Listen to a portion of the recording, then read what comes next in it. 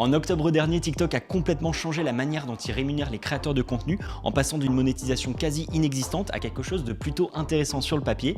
Du coup, j'ai voulu tester par moi-même pour savoir combien je pourrais gagner en un mois en publiant tous les jours. Je vais pas vous spoiler le chiffre tout de suite, on verra ça dans la suite de la vidéo, mais ça commence à devenir assez intéressant. Bon, déjà, on va revenir sur la news que TikTok a annoncé le 5 octobre. En gros, ils ont lancé un nouveau programme de monétisation qui s'appelle le programme pour la création. Dans le communiqué, ils parlent à aucun moment de chiffres, mais dès que l'annonce est sortie, la somme de 1 € les 1000 vues s'est répandue un peu partout sans vraiment avoir de preuves. De mon côté, comme je suis assez actif sur TikTok, je me suis dit que j'allais m'inscrire au programme pour savoir exactement combien ça rapporte et vous partager les résultats. Déjà, la première chose à savoir, c'est que pour s'inscrire au programme, il faut avoir passé certains paliers. Alors, il faut avoir plus de 18 ans, avoir plus de 10 000 abonnés et avoir fait au moins 100 000 vues sur les 30 derniers jours. De mon côté, tous les critères étaient bons, donc j'ai direct reçu une notif m'invitant à m'inscrire au nouveau programme, mais c'est en lisant les petites conditions que j'ai découvert que ça allait pas être si facile que ça de gagner une fortune sur TikTok, notamment parce que le critère principal, en fait, c'est qu'il n'y a que les vidéos de plus de 1 minute qui sont éligibles à la monétisation. Quand j'ai lu ça, je me suis dit que ça allait être vraiment chaud parce qu'en un an sur TikTok, j'avais publié qu'une seule vidéo de plus de 1 minute.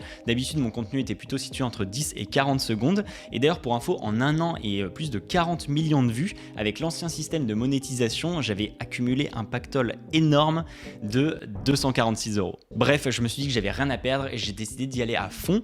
J'ai commencé par une phase de brainstorming pour trouver des idées de vidéos assez captivantes et intéressantes pour que les gens acceptent de rester dessus pendant longtemps, parce que faire une vidéo basique de 1 minute, c'est facile, mais si c'est pour faire 1000 vues et gagner 1 €, c'est clairement pas rentable. Après cette phase de brainstorming, j'avais une vingtaine d'idées de vidéos longues. J'ai ensuite passé un bon moment à scripter tout ça parce que certaines vidéos nécessitaient beaucoup de recherche. Je suis ensuite passé au tournage, ça m'a bien pris plusieurs jours